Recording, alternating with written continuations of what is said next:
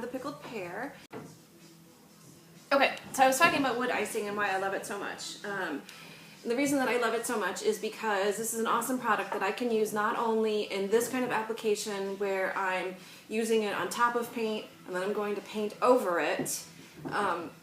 I can also use it on bare wood and stain over it, and when I do that it gives me the look of almost like hand carved wood. So this is why I absolutely love this product. So it kind of has like a peanut buttery look, peanut buttery kind of consistency. Actually, this has been open for a little bit, so it's just a little bit too thick. I'm going to color mine because I don't want to see this color. I'm going to be doing some wet distressing on this piece, and if I accidentally get through all of the paint that I put on, I'm going to be putting on multiple layers of paint, but if I do happen to get through the layers of paint down to the wood icing itself, I don't want it to be this blondish color. I want it to be a different color. So I'm going to color mine. I'm using unicorn spit because I have it on hand, but the wood icing is a water-based product, so you can probably use glaze, you can mix a little paint in there. Wood icing itself has glazing colorants that you can probably add directly to your wood icing to change the color. I put just a couple drops of my unicorn spit in, it's called Midnight's Blackness. Unicorn spit is also a water-based product, so just make sure water. Because the wood icing is water-based and I'm adding a water-based colorant, we're good there. And it's going to make my wood icing kind of a gray, which is fine. I'm just mixing it up. This is also kind of helping to loosen up that wood icing a little bit. Like I said, I had taken it out of the bowl, and then I got a phone call from my husband, and he got me all fired up over something. And we had a whatever. So this got a little bit thick. Anyway, so I'm all mixed up now, so you can see it changed the color. So now I'm kind of this like grayish puttyish color, and it's just a little bit more pliable. So I went ahead and laid my stencil down. This is the Priya inlay stencil from Cutting Edge Stencils. What I'm using. I haven't used this one. Yep, you can see how clean my stencil is. I haven't used it. But it's got this nice kind of Indian feel to it, which is kind of what I'm going for this cabinet. I'm actually combining 3 different stencils on here. You can see this flower right here and this detail right here. That is from the Kim Miles Indian Inlay Stencil, also from Cutting Edge Stencils. And they come in pieces and parts, which is kind of cool because then, like this Priya one, I don't know, I think it has like 5 or 6 different parts. This is just one of the stencils that come in the pack. The other Indian inlay stencil that I use, like this is a stencil, this is a stencil. There's another, you can't see it, it's off camera, but there's another one that looks a little different. This down here, this detailing is a different stencil. This one is from, I think this one's old and it was in my stash, and I think this one is from Royal Design. So I'm just combining different stencils for just depending on what fits where. So I've laid my stencil down and I have taped it.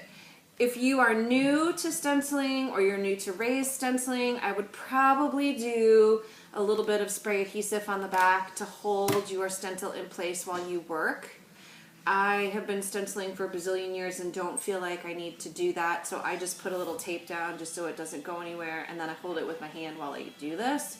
Plus, I don't need this to be perfect. This is supposed to look like hand carved. I want it to look like it's old and antique-y, and the paint that's going to go over this is, like I said, it's going to be a couple different layers and some wet distressing. It's going to be kind of crazy. So I don't need this to be perfect. So if I mess something up, it's okay. I'm good with that. So I'm using this palette knife. I like to call it a spatula. It's not a spatula, but that's what I call it because I can't ever remember to say palette knife. Maybe it isn't even a palette knife. I don't know. So what I like to do with it is I like to use the back side. So instead of going this way with it, I like to use it this way. So put my product on the back side of it because I feel like I have a little bit more, I have control over it that way. Instead of going this way with it, I go this way with it. Maybe that's the way you're supposed to use it. I don't really know. So I put a little bit of product on my palette knife just like that. And then I'm going to kind of hold this down. And then I just start spreading my product on there. Just like that.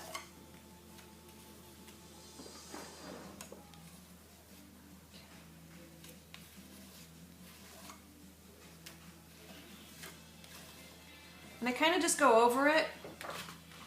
It's kind of like icing a cake. So I'm told. I don't ice cakes, but I imagine that if I did, this is kind of what I would be doing. So you kind of get your product on there, and then you kind of just pull it a little bit. When you're bubbling up like that.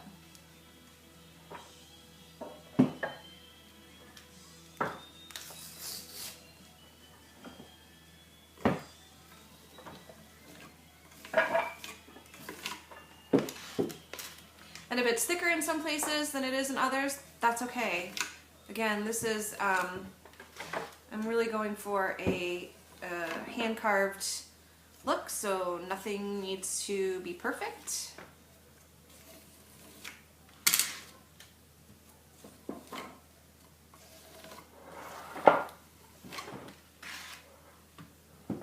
And you'll notice that once you get some of the product on there, it sort of holds the stencil in place on its own. Like you'll notice I'm not really holding that stencil. Kind of holds it on there.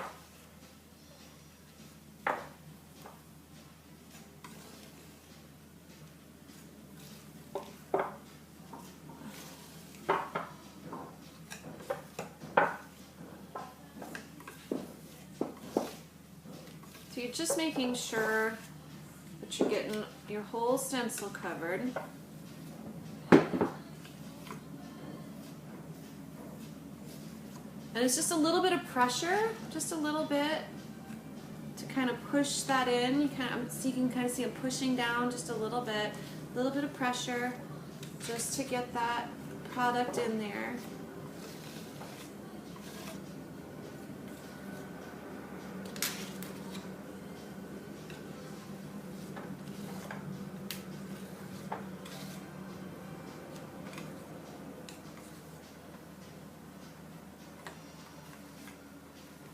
What I do recommend though is kind of go in one direction with it. Like don't push material this way and this way because you don't want to start pushing it up underneath your stencils. I feel like by working in just one direction, you can see I'm going just like towards me.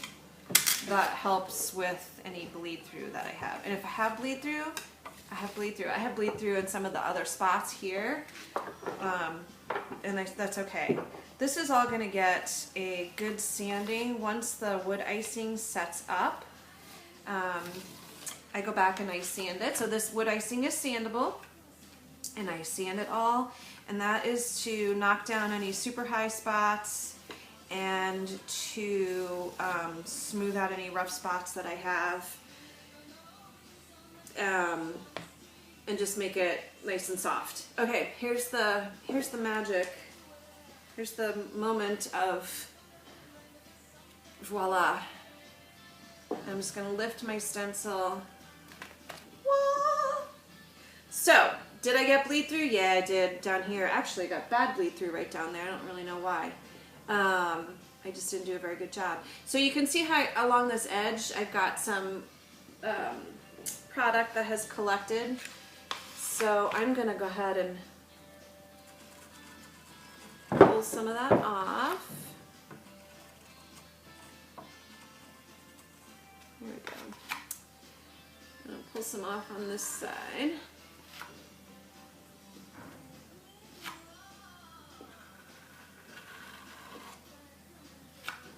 And I'm even going to take this, and where I have this bleed through down here, and I'm scraping my paint off too, that's okay. And I'm just gonna kind of clean that up a little bit. Okay. This is not going to matter for me because I'm painting. And this is gonna have multiple layers of paint. So this isn't gonna matter very much that I've got this bleed through. If I was staining, I might want to kind of scrape that back a little bit, sand it back. And there you have it. And I will let that set up, and then we'll sand it. Okay, so steps so far are, this is Old 57. I put a single layer base coat, just slapped on some Old 57. Well, I prepped my piece, cleaned it, Old 57. Then I added all of this raised stenciling detail using my texture medium and a stencil. And now I'm putting my second coat of paint on, which you can kind of see I've got going on over there.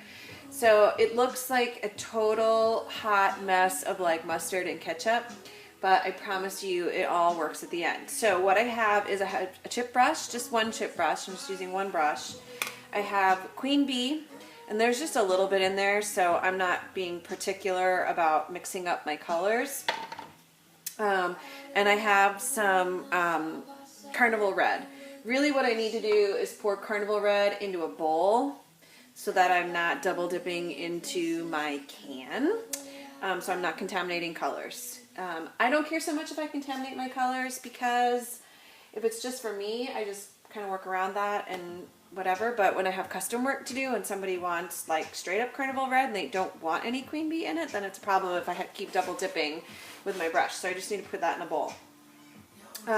So basically all I'm doing is I'm going to go back and forth between the Queen Bee and the Carnival Red. So I get like a little bit of Queen Bee on my brush there, right? And I'm just going to go ahead and I'm going to brush it on. And this is very, very random. There's no kind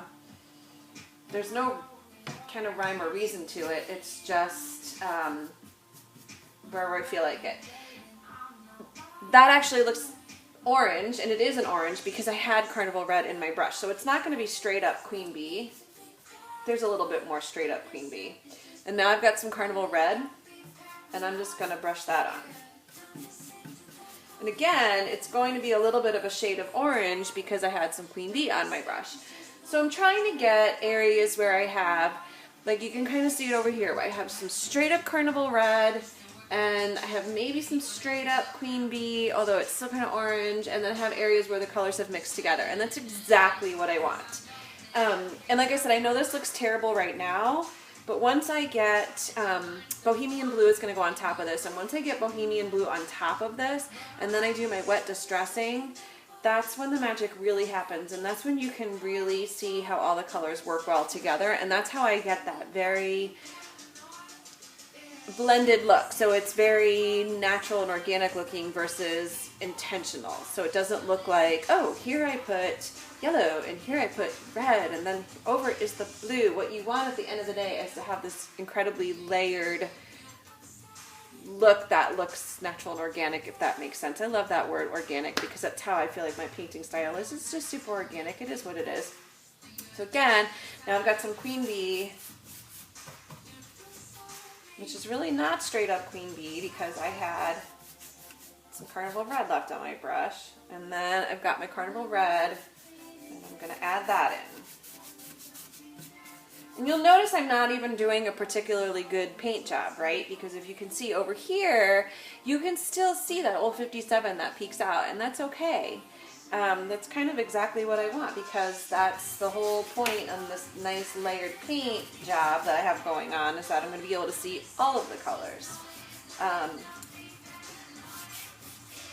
So I'm going to keep doing this. This is my last door that I've got going on. And then, so I'm painting with the doors closed because I want everything to be cohesive. I will then open up my doors and clean up all of my edges and make sure that I get everything that needs to be painted. So don't think I'm going to just leave it like the door is closed, and then, because this is what happens, right? So if I open this, I want to make sure that this is all painted. I want to make sure that this all gets painted. You still want it to be nice and neat. So even though we're doing kind of like a messy paint job, you still, at the end of the day, you want your overall paint job to be nice and neat, if that makes any sense whatsoever. So I'm going to go ahead and I'm going to finish this up. This side over here, I just finished the raised stenciling, so it needs to dry before I can give it a little bit of a light sanding. I give it a light sanding just to smooth it out, because the raised stencil is a little bit rough when you first put it on, and then once it dries and you sand it, it's like smooth like butter. And then I've got the whole top of the China hutch that needs to be finished. I'm almost finished with the raised stenciling on that portion, and then that will get painted, and hopefully this will all come together. So that's it. So I'll stop there, and then once this is all dry, we'll go Bohemian Blue, okay? Okay, so we have hot mess.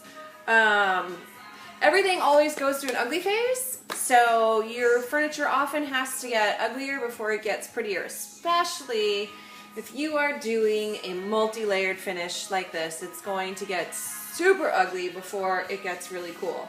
So I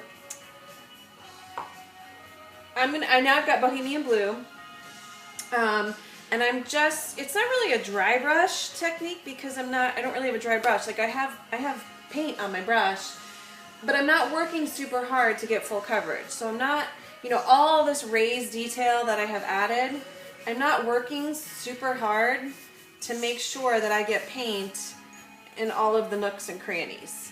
So you can kind of see, like right in here, I'll just leave that like that. You can't see down there, but so I'm not loaded up. I mean, I have a normal amount of paint, and but okay, just like that, kind of just go over it, and I'm leaving some of that color kind of showing through.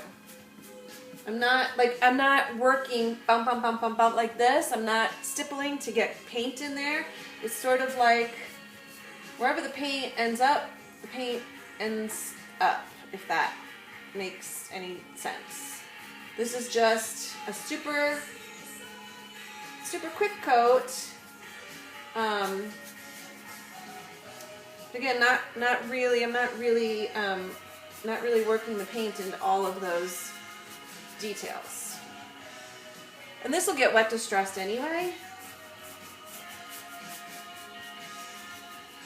And when I wet distress it, it will really help bring all that detail work out.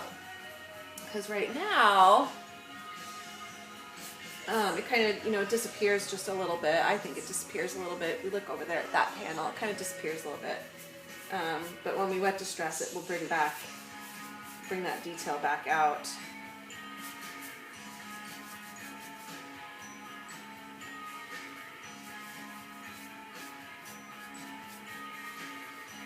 And to me, I like finishes like this because I feel like they're just easier to do.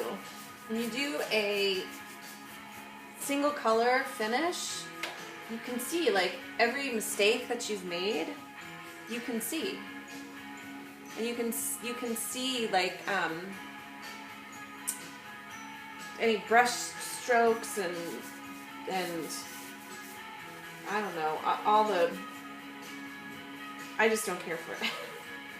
I just like a finish like this. It's forgiving. I guess that's the word I'm looking for. A finish like this is very forgiving because you can make all kinds of mistakes and it doesn't have to be perfect and it still looks great. So that's pretty much it. I just have to let this all dry. I'm kind of getting the bottom of my cabinet door here. I gotta let it all dry.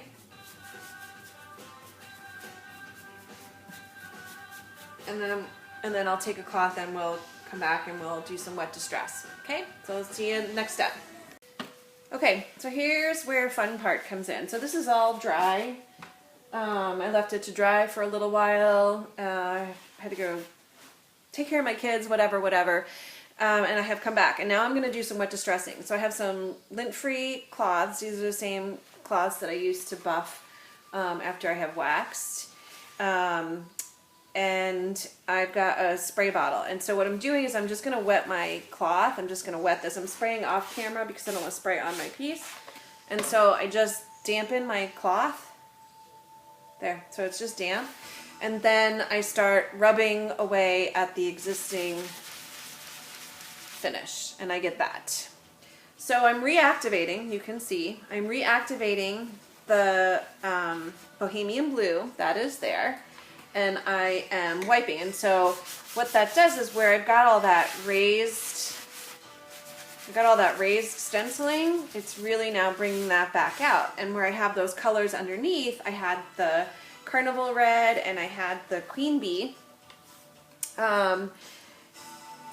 It's bringing that all back out. And I suspect what is also happening is that as I'm reactivating this Bohemian Blue, it's kind of also mixing a little bit with those colors. So I get this great, right there, I get that great, really layered kind of rustic look. And then you can see there's some Old 57 right there, and that's because when we put that Bohemian Blue on, remember we didn't really do a great job of making sure that we had full coverage, and so I have those areas where that Old 57 is still there. And so I really like this color combination. I think this is a great color combo. And so it's got, you know, it's got some kind of wild, and it's sort of a wild color combination, but at the same time I feel like because the Bohemian Blue is so versatile, it really doesn't read as wild as it could, you know. So you can see right there, so right there all that Queen Bee kind of comes out. And don't be afraid to, I mean, you can really kind of give this a rub. You're not, you know, we got a couple layers of paint on here, and you're not going to take off any of your texture medium. At least not if you're using a good texture medium. Once that stuff is dry, it's like stuck on there.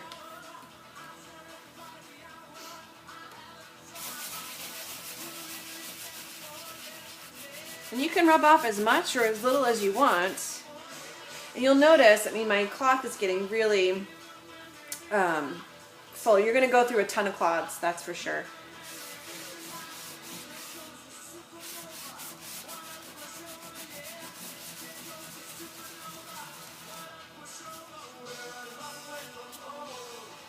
Then that's what I'm going to do. I'm going to do the whole thing like that. I've already done one side. Let's see if I can bring you around. So there's that side that I've already done right there. So I've already wet distressed that side to bring my colors out. And then the whole thing will look like that. And then once we wax it, you know, it'll kind of change again. I just think it looks really flippin' cool. It just really looks, I don't know, old and rustic. And let's hope I can get this China Hutch sold, because this is now taking me way longer than I care to admit to get this far on it. So, and I'm going to show you, here, I'll show you over here. That's the top of it. That's the top of it, and that's obviously still in process. I have more raised stenciling yet to do on that, and then I still have to raise stencil the whole other, that identical thing on the other side. And then I get to paint the rest of that and finish my wet distressing and then wax it, and I'm supposed to be done with it tomorrow. So that's it. I hope that's helpful for you guys.